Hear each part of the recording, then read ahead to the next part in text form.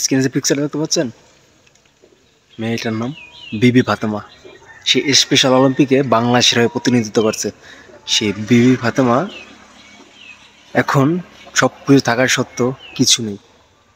কেন জানেন? তার আত্মীয় স্বজনরাই তাকে নিঃস্ব করে দিচ্ছে। তার সম্বল হিসাবে তার দুটো ছেলে সন্তান এবং তার স্বামী, আর কোনো সম্বল নেই তার। তার পরিবার তার থেকে তার পদক চুরি করে নিয়ে গেছে, তাকে আক্রমণ করে তার ভাই ব্রাদাররা। আর তার মামা তার টাকা এবং প্রধানমন্ত্রী থেকে যে ফ্ল্যাট উপর পাইছিল সেটা আত্মসাৎ করছে। 3 কোটি টাকা ব্যাংকের এবং প্রধানমন্ত্রীর থেকে ফ্ল্যাট উপর পাইছিল সেটা আত্মসাৎ করে তার মামা। সে বাক প্রতিবন্ধী বলে কোনো প্রতিবাদ করতে পারে না, আর সেটার সুযোগ নিয়ে তার আত্মীয় স্বজনরা তাকে লুটছে। এই বাক প্রতিবন্ধীরা সে কষ্টে দিন যাপন করছে। তার স্বামী সামান্য কাজ করে, অশিক্ষিত ব্যক্তি। ঢাকার শহরে কতটা উপার্জন করতে পারে সেটা আপনার ধারণা আছে?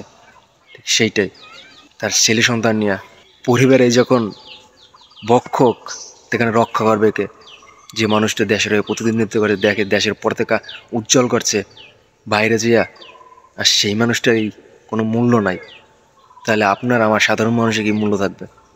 3বার করে প্রধানমন্ত্রীর কার্যালয়ে গেছে একটু সহযোগিতার জন্য, সেখান থেকে সহযোগিতা পায় না আশারূপ।